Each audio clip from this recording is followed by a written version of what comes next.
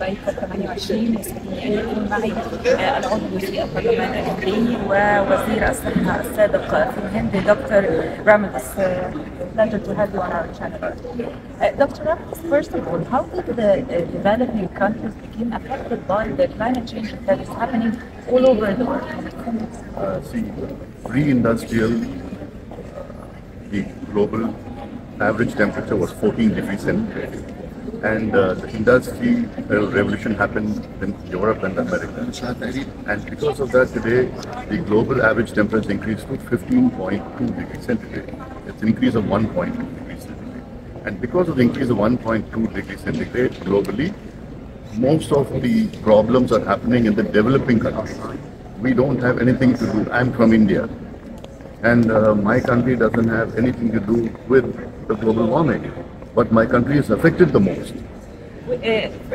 Developing countries and Africa, we didn't have any contribution in this climate change, and so we are waiting for a financial funds and we're waiting for a solution from the developed countries. How do you see the developed countries can help the developing countries? See, that's the whole point for mitigation and adaptation. The polluters have to invest. And the polluters are America and Europe. Today, America pollutes 24% of the world's pollution from America. Europe's is 23% contribution. China is 13%. Russia is 7%. India's contribution only 33%. And per capita, we have a lot of population, but per capita is different. So the loss and damage committee, where the countries have to invest the polluters like the developed countries. And I think that on the first day of the COP28, I think they have come to an agreement. But that's not enough money which they said that they will invest for mitigation and adaptation. And again, we have other few island countries like Vanuatu, Maldives and all these. And they are going to be very, very vulnerable in the future if the developed countries, the polluters, the cause of this global warming, they don't invest.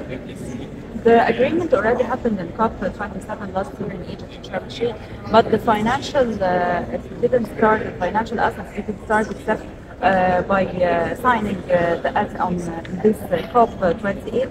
But I need to ask you the main issue or the main problem that happened in India due to this climate change. What's the worst problem you're facing in India?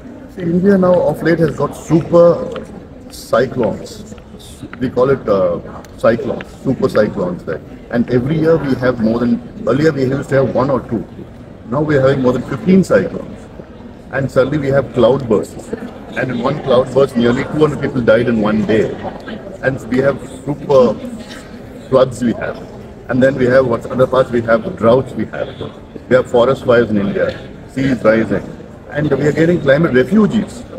So in India we have a concept called urbanization, because in the rural areas there's no water. There's no agriculture, there's no food. So people go to the urban areas and they live in the slums. And because of climate change. And now we're having newer diseases coming up because of climate change.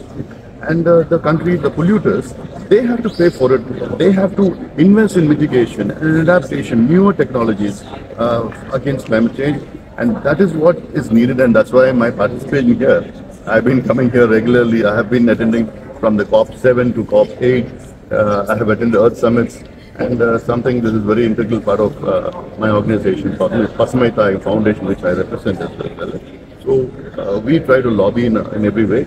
And back home, like my organization has planted more than 3 million tree saplings in my place, and we do a lot of this climate awareness concepts. And unfortunately, India, without being a polluter, is being affected. Really, we hope all the find solution for this climate change that affected mostly the developing countries as a result of the industrial and developed countries. Thank you so much for this interview. Thank you very much.